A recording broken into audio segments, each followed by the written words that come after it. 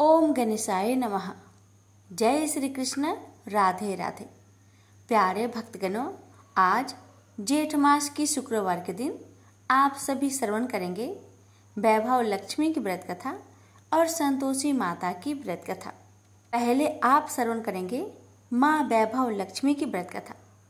शुक्रवार का दिन धन की देवी माँ लक्ष्मी को समर्पित है। माता लक्ष्मी के 8 रूपों में से एक रूप वैभव लक्ष्मी की है। माँ वैभव लक्ष्मी व्रत को धन, वैभव, सुख और समृद्धि प्राप्त करने के लिए किया जाता है। देवी लक्ष्मी के इस व्रत को स्त्री या पुरुष कोई भी रख सकता है। जिन लोगों के जीवन में आर्थिक संकट और गृह क्लेश से परेशान है तो उन्हें यह व्रत करना चाहिए। शुक्रवार के व्रत में पूजा मुख्य रूप से शाम के समय सूर्य ढलने के बाद ही की जाती है। ज्योतिष शास्त्र में वैभव लक्ष्मी व्रत को अगर सुहागिन महिलाएं करे तो उसे सबसे ज्यादा लाभकारी माना गया है। यह व्रत नियमित रूप से 11 या 21 शुक्रवार तक किया जाता है। अब आइए श्रवण करते हैं माँ वैभव लक्ष्मी की व्रत कथा। आपसे हमारी निवेदन है, कथा को पूरा सुने और कमेंट बॉक्स में लक्ष्मी माता की जय, संतोषी माता की जय अवश्य लिखें और इस वीडियो को ज्यादा से ज्यादा शेयर करें। प्रेम से बोलिए वैभव लक्ष्मी माता की जय। लाखों की जनसंख्या को अपने में समेटे कुशीनगर एक महानगर था। जैसे कि अन्य महानगरों की जीवनचर्या होती है, वैसा ही कुछ यहाँ भी था। यानी बुराई अधिक, अच्छाई कम, पाप अधिक, पुण्य कम।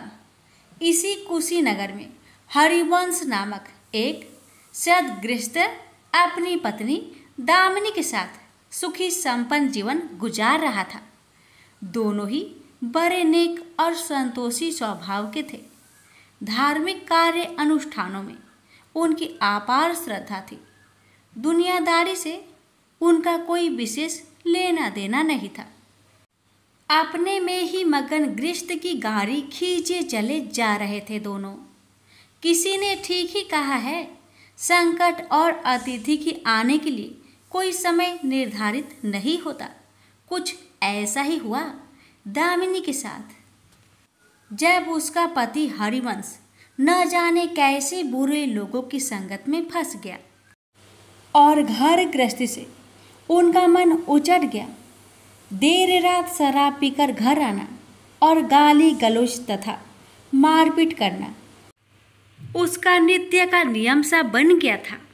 जुए, राटे, रेस तथा वैश्यागमन जैसे बुरे कर्म भी कुसंगति के बदौलत उसके पल्ले पड़ गए। धन कमाने की तीव्र लालसा ने हरिवंश की बुद्धि हर ली और उसको अच्छे बुरे का भी ज्ञान न रहा। घर में जो कुछ भी था सब उसके दुर्व्यसनों की भेंट चढ़ गया। जो लोग पहले उसका सम्मान करते थे अब उसे देखते ही रास्ता बदलने लगे। भूखमरी की हालत में भिखमंगों के समान उनकी स्थिति हो गई। लेकिन दामिनी बेहद संयमी और आस्थावान तथा संस्कारी स्त्री थी। ईश्वर पर उसे अटल विश्वास था। वह जानती थी कि यह सब कर्मों का फल है। दुख के बाद सुख तो एक दिन आना ही है। अचानक एक दिन दोपहर के समय द्वार पे हुई दस्तक की आवाज सुनकर दामिनी की तंद्रा भंग हुई। अतिथि सत्कार के भय मात्र से उसकी अंतर आत्मा कांप उठी, क्योंकि घर में अन्न का एक दाना भी नहीं था जो अतिथि की सेवा में अर्पित किया जा सकता। फिर भी संस्कारों की ऐसी प्रबलता थी कि उसका मन अतिथि सत्कार को उद्धत हो उठा। उसने उठकर द्वार खोला, देखा सामने एक दिव्य पुरुष खड़ा था। बड़े बड़े घुंघराले श्वेत केश, चेहरे को ढके हुए लहराती दाढ़ी, गेरुए वस्त्रों का आवरण पहने उसके चेहरे से तेज टपक पड़ रहा था। आंखों मानो अमृत सी वर्षा कर रही थी।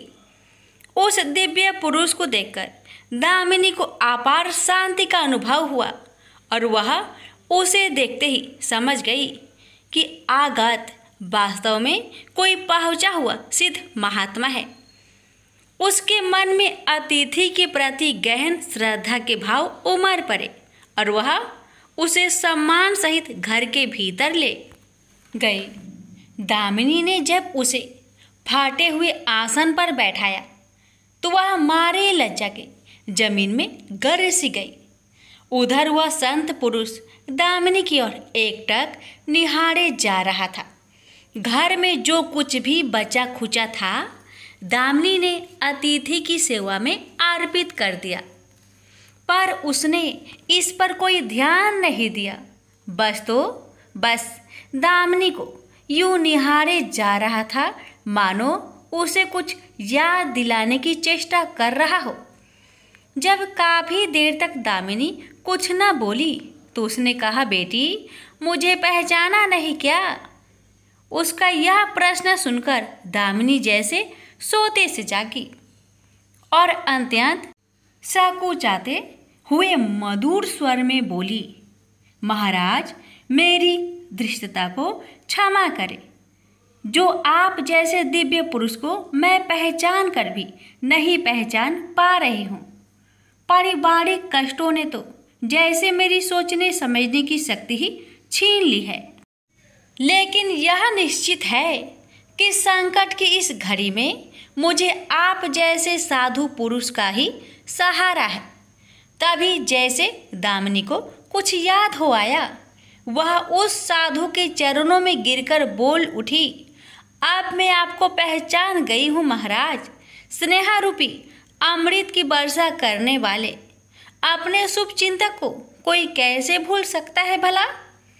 वास्तव में वह साधु मंदिर की राह के मध्य में बनी अपनी कुटिया के बाहर बट वृक्ष के नीचे बैठ साधना किया करता था और मंदिर आने जाने वाले सभी श्रद्धालु से प्रणाम करके स्वयं को कृतार्थ अनुभव करते थे। दामिनी भी उन्हीं में से एक थी। जब पिछले काफी दिनों से उसने उसे मंदिर की ओर आते जाते नहीं देखा तो उसकी कुशल क्षेम जानने के लिए पूछताछ करते हुए उसके घर की ओर आ निकला था। दामिनी अभी अपनी सोचों में ही डूबी हुई थी कि साधु महाराज ने मौन भंग किया। क्या कानन है पुत्री, तू आजकल मंदिर आती जाती दिखाई नहीं पड़ती। तुझे जो भी कष्ट है मुझे बता, शायद मैं तेरी कुछ सहायता कर सकूं। व्यक्ति दुखों के बोझ तले दबा हो तो ऐसे में सहानुभूति के दो बोल ही काफ़ी होते हैं। दामिनी भी खुद पर संयम नहीं रख पाई और बिलख कर रोने लगी। तभी वह साधु वात्सल्यपूर्ण स्वर में बोला, मन छोटा करने से समस्या हल नहीं होगी। सुख दुख तो एक गाड़ी की दो पहियों के समान है, इनका आना जाना तो जिंदगी भर लगा ही रहता है। अपना दुख किसी को बता देने से मन हल्का हो जाता है। कुछ देर चुप रहने के बाद दामिनी ने बोलना शुरू किया, महाराज सर्व सुखों से भरपूर था मेरा घर, कण कण में खुशियों का नित्य होता था। पति भी नेक और ईमानदार थे। सदा जीवन उच्च विचार की आधारशिला पर टिकी थी। हमारी गृहस्थी रुपए पैसे की भी कोई कमी नहीं थी। सुबह शाम घर में ईश्वर वंदना होती थी। लेकिन अचानक न जाने किसकी नज़र लग गई, हमारा भाग्य हमसे रूठ गया। मेरे पति कुछ संगति में फंसकर अपना सब कुछ गवा बैठे। अब तो ऐसा लगता है जैसे साया भी साथ छोड़कर जाने को तैयार बैठा है। भिखारियों से भी बदतर स्थिति हो गई है हमारी। दामिनी की करुण व्यथा सुनकर साधु का हृदय हाहाकार कर उठा।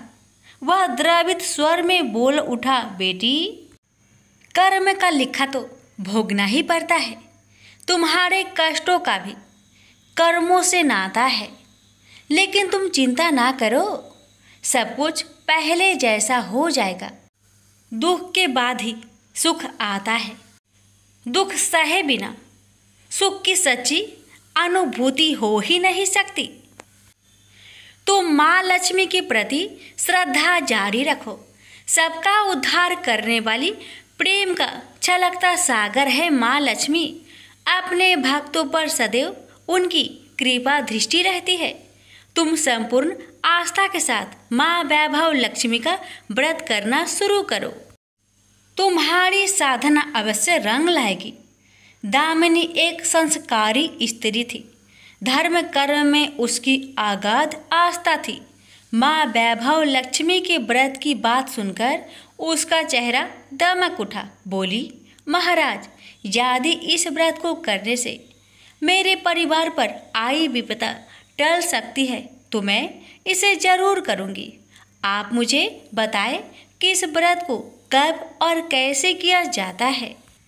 साधु महाराज दामिनी की भक्ति भावना देखकर प्रसन्न होकर बोले, बेटी, सारे जगत का कल्याण करने वाली माँ वैभव लक्ष्मी के व्रत की विधि में जन कल्याण तुम्हें बता रहा हूँ। प्रत्येक शुक्रवार को यह व्रत किया जाता है। सर्वप्रथम जितने शुक्रवार को यह व्रत करना हो उसका संकल्प लेकर माँ वैभव लक्ष्मी को मन ही मन प्रणाम करें।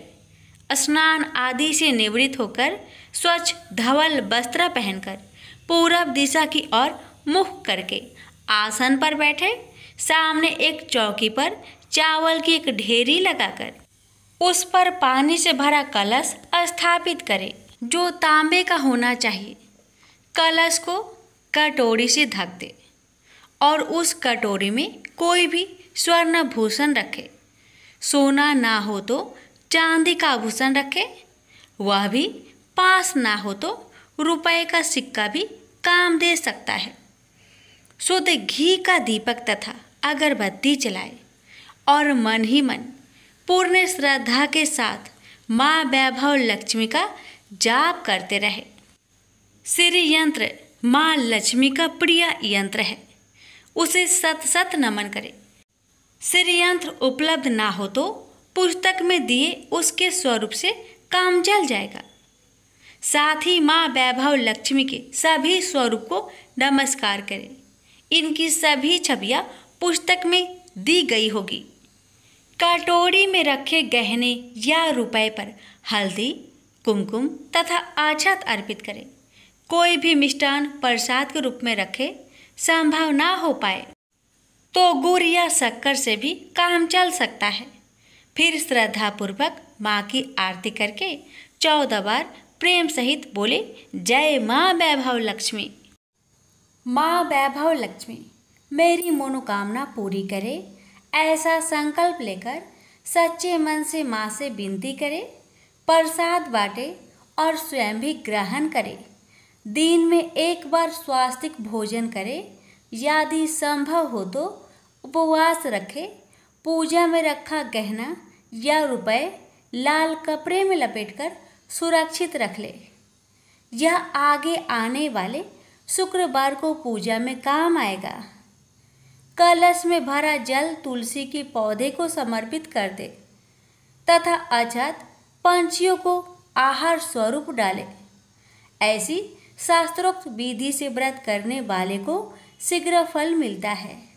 साधु महाराज के मुख रविंद्र से यह वृत्तांत सुन दामिनी पुलकित हो उठी। उनके चरण स्पर्श कर उत्साहित स्वर में बोली, अब लगे हाथ उद्यापन की विधि भी बता दे महाराज। इसके बिना तो व्रत अधूरा ही रह जाएगा। अवश्य बेटी, कहकर साधु महाराज उद्यापन की विधि बताने लगे। चाहे जितने भी शुक्रवार प्राय 11 या 21 व्रत करने का संकल्प लिया हो, लेकिन मन में माँ वैभव लक्ष्मी के प्रति श्रद्धा तथा आस्था बारंबार बनी रहनी चाहिए। जिस दिन अंतिम शुक्रवार का व्रत हो उस दिन शास्त्रोक्त विधि से उद्यापन किया जाता है। अन्य शुक्रवारों की भांति ही इस दिन भी पूजन करें। हाँ, प्रसाद के रूप में खीर अवश्य रखें। पूजा के बाद नारियल फोड़कर 7 कुंवारी कन्याओं को चरण धोकर कुमकुम का तिलक लगाकर पूजन करें। उन्हें सामर्थ्य अनुसार दक्षिणा दें और माँ वैभव लक्ष्मी व्रत की पुस्तकें उपहार स्वरूप भेंट में दें। फिर प्रसाद के रूप में खीर वितरित करें। अब माँ वैभव लक्ष्मी के सभी स्वरूप को मन ही मन नमन करते हुए कहे, हे माँ, यदि मैंने शुद्ध तथा निर्मल हृदय से आपकी स्तुति करते हुए वैभव लक्ष्मी व्रत विधि विधान अनुसार पूर्ण किया हो तो मेरी मनोकामना अवश्य पूरी करना।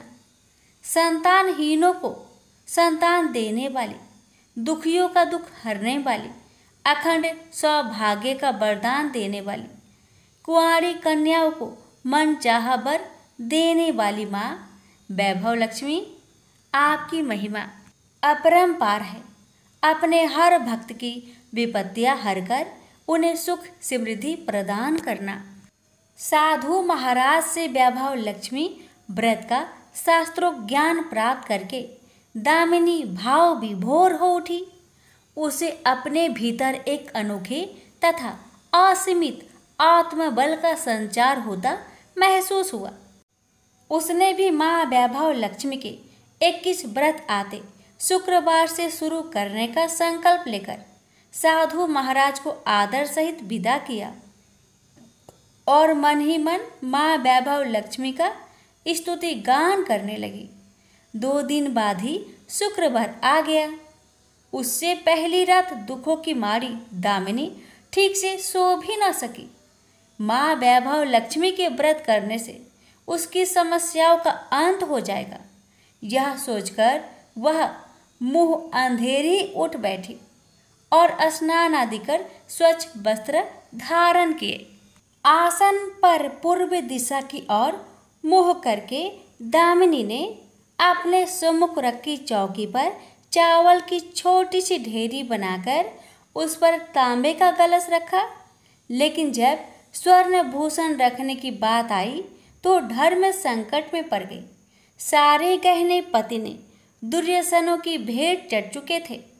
विवाहित स्त्री थी तो मंगलसूत्र भी उतार कर नहीं रख सकती थी और कोई गहना था नहीं। तभी उसे उन नन्ही पायलों का स्मरण हो आया जो उसने अपनी आने वाली संतान के लिए बनवाकर रख छोड़ी थी और पति की निगाहों से उन्हें बचाकर रखा था। उसने झटपट वह पायलें निकाली और गंगा जल से धोकर उन्हें शुद्ध करके कलश पर रखी कटोरी में डाल दिया। डिब्बे की तली में से बची खुची शक्कर निकालकर उसे प्रसाद के रूप में रखा और विधि अनुसार व्रत किया। सर्वप्रथम उसने अपने पति को प्रसाद दिया। आने वाला पूरा सप्ताह बड़े ही हंसी खुशी से बीता। बात बात पर झल्ला उठने वाला उसका पति अपेक्षाकृत शांत तथा संयत रहा। कोई मारपीट तथा कलेश घर में नहीं हुआ। इसे दामिनी ने माँ वैभव लक्ष्मी का चमत्कार समझा और मन ही मन उन्हें प्रणाम किया। माँ वैभव लक्ष्मी के प्रति उसकी आस्था और भी बलवती हो गई। इसी प्रकार शास्त्रोक्त विधि से दामिनी ने 20 शुक्रवार के व्रत पूरे कर लिए। इस बीच कई परिवर्तन हुए थे। उसका पति कुसंगति छोड़कर सीधी राह पर आ गया था और उसका कामकाज भी जमने लगा था। घर में यदि किसी चीज की बहुतायत नहीं थी तो कमी भी नहीं रह गई थी। यह सब माँ वैभव लक्ष्मी के चमत्कार और दामिनी की आस्था तथा विश्वास का परिणाम था। 21वें शुक्रवार को व्रत का उद्यापन करना था। साधु महाराज के वचन अब भी मानो दामिनी के कानों में गूंज रहे थे। उनकी बताई विधि के अनुसार ही दामिनी ने शास्त्रोक्त विधि से उद्यापन किया। 7 कुंवारी कन्याओं को भोजन कराकर दक्षिणा दी। आसपास की सौभाग्यवती स्त्रियों में प्रसाद तथा माँ वैभव लक्ष्मी व्रत कथा की पुस्तकें वितरित की। माँ वैभव लक्ष्मी के हर स्वरूप को प्रणाम किया और कहा, आपकी महिमा निराली है माँ, आपने मेरे सारे दुख हर लिए, मेरी सभी मनोकामनाएं पूर्ण कर दी, मेरा उजड़ा घर फिर से बस गया, मेरा यह नया जीवन आप ही की देन है माँ। मैं आजीवन आपकी पूजा अर्चना करूंगी और दूसरों को भी आपकी महिमा से अवगत कराकर वैभव लक्ष्मी के व्रत रखने के लिए प्रेरित करूंगी। बोलो जय माँ वैभव लक्ष्मी, आपकी सदा ही जय हो। जय माँ संतोषी देवी, नमो नमः। शुक्रवार को संतोषी माता के व्रत करके संतोषी माता की व्रत कथा का श्रवण करना चाहिए। माता संतोषी को सुख शांति और वैभव की देवी माना जाता है। माना जाता है कि शुक्रवार के दिन संतोषी माता का व्रत करने से घर में सुख समृद्धि आती है। साथ ही जिन्हें संतान सुख प्राप्त नहीं हो पा रहा, वो संतान की प्राप्ति के लिए इस व्रत को करते हैं। माता संतोषी अपनी भक्तों की सभी मनोकामना को पूर्ण करती है। हालांकि संतोषी माता के व्रत के नियम बाकी व्रतों से अधिक कठिन है, इनका पालन करना बेहद अहम होता है। तो आइए प्यारे भक्तगणों, हम जानते हैं संतोषी माता के व्रत के नियम और इस दिन बनाए जाने वाले भोग के बारे में। साथ में जानेंगे उद्यापन विधि और श्रवण करेंगे कथा। संतोषी माता व्रत की पूजन विधि।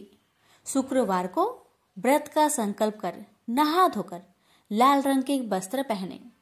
अब पूजा के स्थान पर माता की पूजा के लिए एक चौकी के ऊपर लाल रंग का कपड़ा बिछा ले और उस पर माँ संतोषी की प्रतिमा या तस्वीर स्थापित करे और इसके साथ ही कलश की भी स्थापना करनी चाहिए। अब माँ संतोषी को सिंदूर, अक्षत, फूल और माला चढ़ाए। ध्यान रखे कि अक्षत यानी चावल के दाने टूटे ना हो। संतोषी माता को भोग में चना और गुड़ चढ़ाना शुभ माना जाता है। साथ ही केला को भी उन्हें चढ़ाना चाहिए। अब घी का दीपक जलाए, धूप दिखाए और व्रत कथा चालीसा मंत्र पढ़कर आरती करे। संतोषी माता की व्रत की उद्यापन विधि विस्तार से जानिए। इस विधि से तब तक व्रत करते रहे जब तक कि आपकी मनोकामना पूरी ना हो जाए। मनोकामना पूरी होने पर उद्यापन अवश्य करे। उद्यापन के लिए 2.5 सेर खाजा, मोयनदार पूरी, खीर, चने की सब्जी और नैवेद्य रखे। घी का दीपक जलाकर संतोषी माता की कथा कहे, जयकारा लगाकर नारियल फोड़े। इस दिन घर में कोई खट्टाई न खाए, ना ही किसी को कुछ भी खट्टा खाने को दे। इस दिन 8 लड़कों को भोजन कराए। लड़के अपने कुटुंब के हो तो अच्छा, अगर ना हो तो ब्राह्मण बालकों को, रिश्तेदारों, पड़ोसियों के लड़कों को बुलाए, भोजन कराके यथाशक्ति दक्षिणा दे, जिसमें पैसे के स्थान पर कोई फल देना अधिक अच्छा होता है। इस तरह विधि पूर्वक पूजा उद्यापन से घर में संतोषी माता की कृपा सदैव बनी रहती है। अब आइए श्रवण करते हैं माँ संतोषी की व्रत कथा। कथा को अधूरा ना छोड़े। माँ की कृपा पाने के लिए कथा को पूरा अवश्य सुनिए और दूसरों के पास भी शेयर कीजिए। प्रेम से बोलिए संतोषी माता की जय। एक बुढ़िया माई थी। उसके 7 लड़के थे। 6 कमाने वाले थे और एक निकम्मा था, कमाता कुछ नहीं था। बुढ़िया माई अपनी 6 बेटों के लिए भोजन बनाती थी और उनको भोजन कराती और उनसे जो कुछ जूठन बचती वह 7वें बेटे को देती थी। एक दिन 7वां बेटा अपनी पत्नी से बोला, देखो मेरी माँ को मुझ पर कितना प्रेम है। वह बोली, क्यों नहीं, सबका जो जूठा तुमको खिलाती है। वह बोला, ऐसा नहीं हो सकता। मैं जब तक अपनी आंखों से ना देख लूं, मैं मान नहीं सकता कि मेरी माँ मेरे साथ ऐसा कर सकती है। कुछ दिन बाद त्योहार आया। घर में 7 प्रकार के भोजन और चूरमे के लड्डू बने। अब सबसे छोटे लड़के ने यानी कि 7वें लड़के ने अपना सिर दुखने का बहाना बनाया और पतला चादर ओढ़कर रसोई घर में सो गया, ये देखने के लिए कि मेरी माँ मुझे जूठे भोजन देती है या फिर बनाई हुई ताजी भोजन देती है। लड़का झूठ मूठ का सोने के नाटक करके रसोई घर में सोया हुआ है। वह पतले चादर के अंदर से सब कुछ देख रहा था। तभी 6 भाई भोजन करने आए।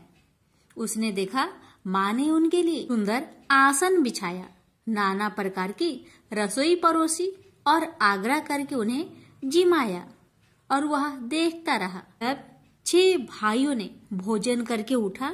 तब माँ ने क्या किया कि उनकी बची हुई भोजन, जूठी भोजन थालियों में से इकट्ठा करके सभी लड्डुओं के टुकड़ों को उठाकर एक लड्डू बनाया और सभी जूठन को साफ करके बुढ़िया ने अपने सबसे छोटे लड़के को पुकारा, बेटा 6 भाई भोजन करके चले गए, अब तू ही बाकी है, उठ और खाना खा ले। तब वह बेटा कहने लगा, माँ मुझे आज भूख नहीं लगा है, मुझे भोजन नहीं करना, मैं अब जहाँ नहीं रहूंगा, मैं परदेश चला जाऊंगा। अपने बेटे की बातें सुन माँ ने कहा, बेटा तू कल जाना चाहता है ना, कल क्यों जाएगा, तुम आज ही चला जा। तब बेटा बोला, हाँ माँ मैं आज ही चला जा रहा हूँ।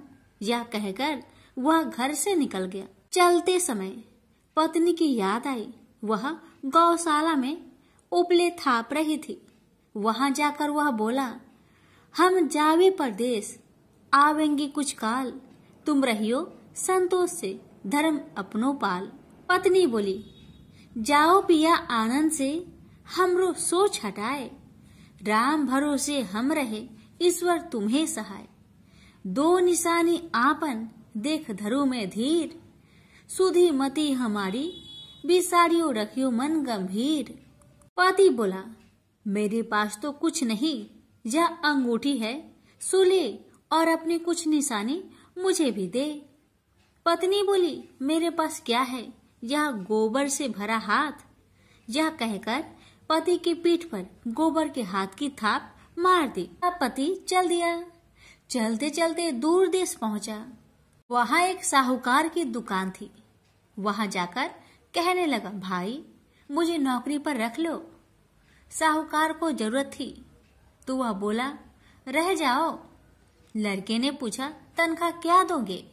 तो साहूकार ने कहा, तुम्हारा काम देखकर तब हम दाम देंगे। साहूकार की नौकरी मिली। वह सुबह 7 बजे से 10 बजे तक नौकरी करने लगा।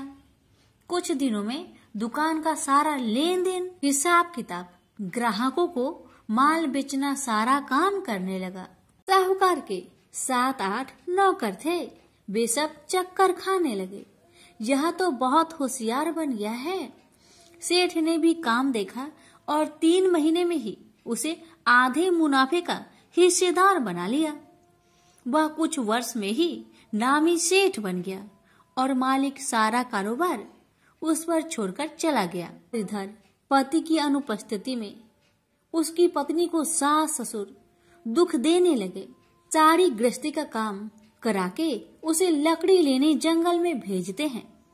इस बीच घर के आटे से जो भूसी निकलती उसकी रोटी बनाकर रख दी जाती और उसके साथ ही फूटे नारियल की नारेली में पानी।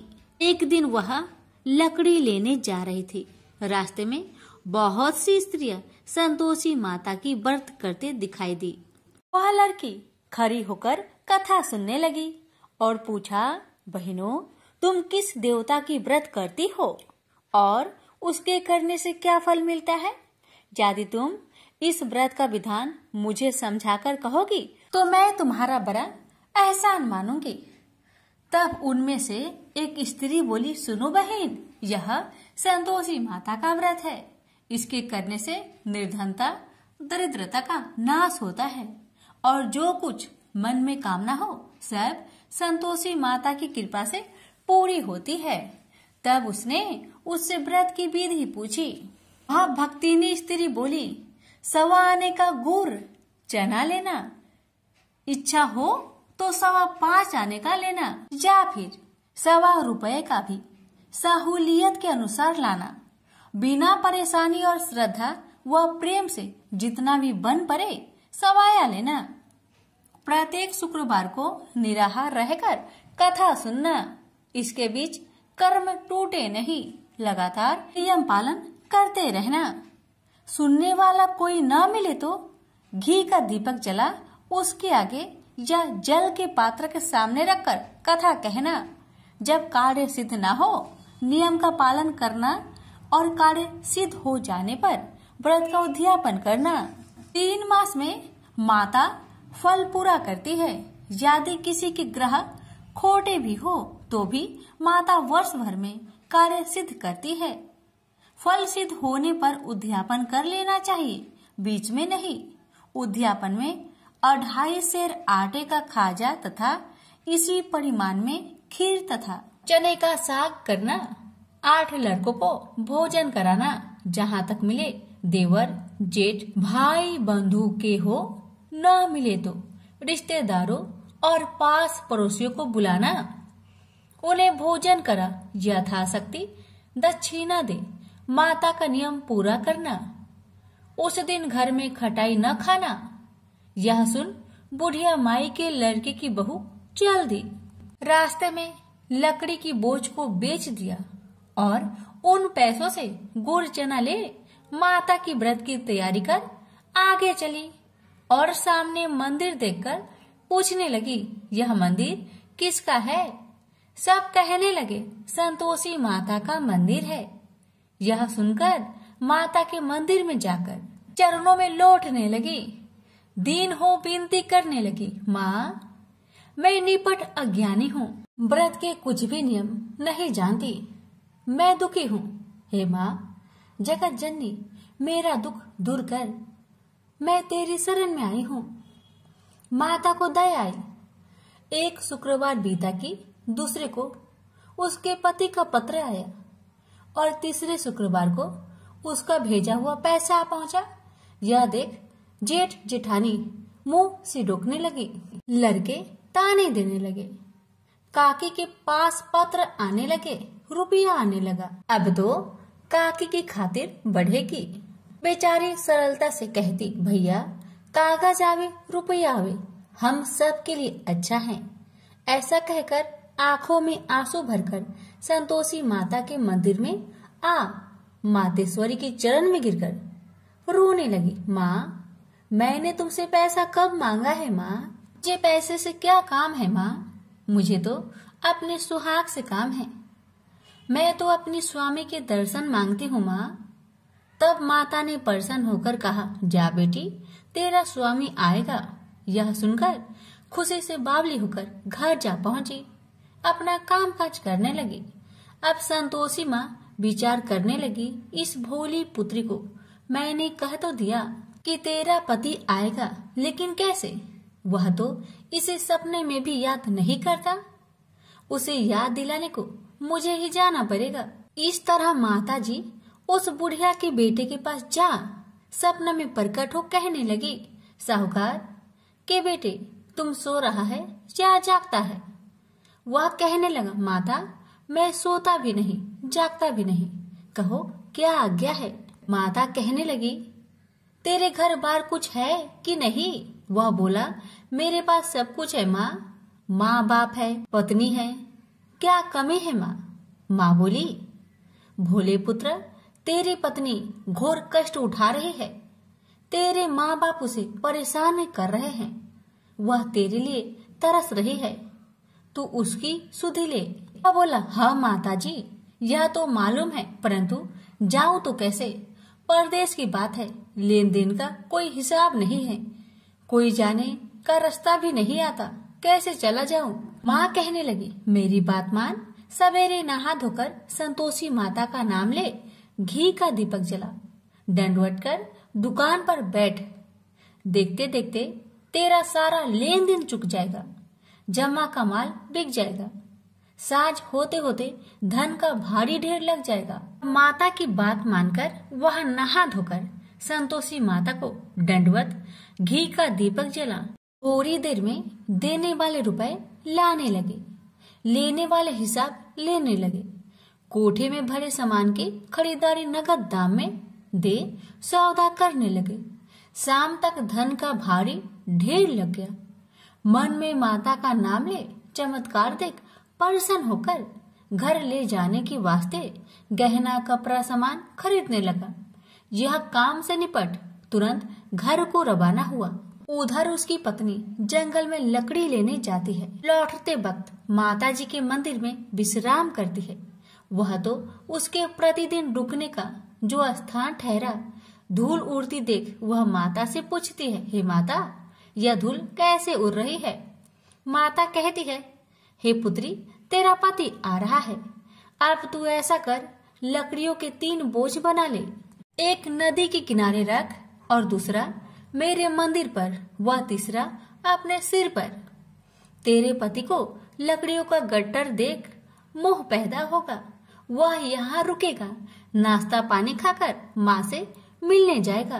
तब तू लकड़ियों का बोझ उठाकर जाना और चौक में गट्टर डालकर जोर से आवाज देकर कहना, लो सासू जी, लकड़ियों का गट्टर लो, भूसी की रोटी दो, नारियल की खोपरे में पानी दो। आज मेहमान कौन आया है? माता जी बहुत अच्छा कहकर वह प्रसन्न मन से लकड़ियों के 3 गट्टर बनाई। एक नदी के किनारे पर और एक माता जी के मंदिर पर रखा। इतने में मुसाफिर आ पहुंचा। सूखी लकड़ी देख उसकी इच्छा उत्पन्न हुई कि हम यहीं पर विश्राम करें और भोजन बनाकर खा पीकर गांव जाए। इसी तरह रुककर भोजन बना, विश्राम करके गांव को गया। सबसे प्रेम से मिला। उसी समय सिर पर लकड़ी का गट्टर लिए वह उतावली सी आती है। लकड़ियों का भारी बोझ आंगन में डालकर जोर से 3 आवाज देती है, लो सासू जी, लकड़ियों का गट्टर लो, भूसी की रोटी दो, आज मेहमान कौन आया है। यह सुनकर उसकी सास बाहर आकर अपने दिए हुए कष्टों को भुलाने हेतु कहती है, बहू ऐसा क्यों कहती है? तेरा मालिक ही तो आया है। आ बैठ, मीठा भात खा, भोजन कर, कपड़े पहन, गहने पहन। उसकी आवाज सुन उसका पति बाहर आता है। अंगूठी देख व्याकुल हो जाता है और माँ से पूछता है, माँ यह कौन है? माँ ने कहा, बेटा यह तेरी पत्नी है। जब से तू गया है तब से सारे गांव में भटकती फिरती है। घर का कामकाज कुछ नहीं करती, 4 पहर आकर खा जाती है। वह बोला, ठीक है माँ, मैंने इसे भी देखा और तुम्हें भी। अब दूसरे घर की ताली दो, मैं उसमें रहूंगा। माँ बोली, ठीक है, जैसी तेरी मर्जी। तब वह दूसरे मकान की 3री मंजिल का कमरा खोल सारा सामान जमाया। एक दिन में ही राजा के महल के जैसा ठाट बाट बन गया। अब क्या था, बहू सुख भोगने लगी। इतने में शुक्रवार आया। उसने पति से कहा, मुझे संतोषी माता का व्रत उद्यापन करना है। पति बोला, खुशी से कर लो।